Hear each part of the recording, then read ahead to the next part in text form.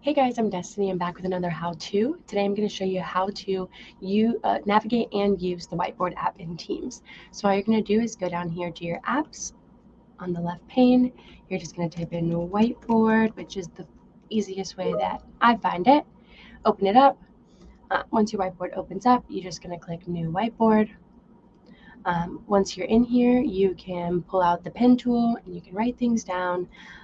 You can click this little plus sign that says create, and you can add a sticky note of whatever color you'd like. You can type things in it. You can also include text, shapes, reactions, images, templates, documents, links, and videos. But then you can also go back and click on the pointer tool.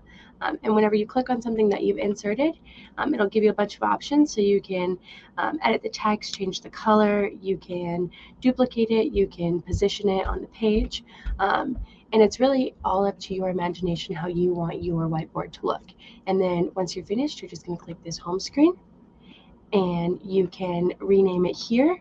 So I'm just going to call this one test run,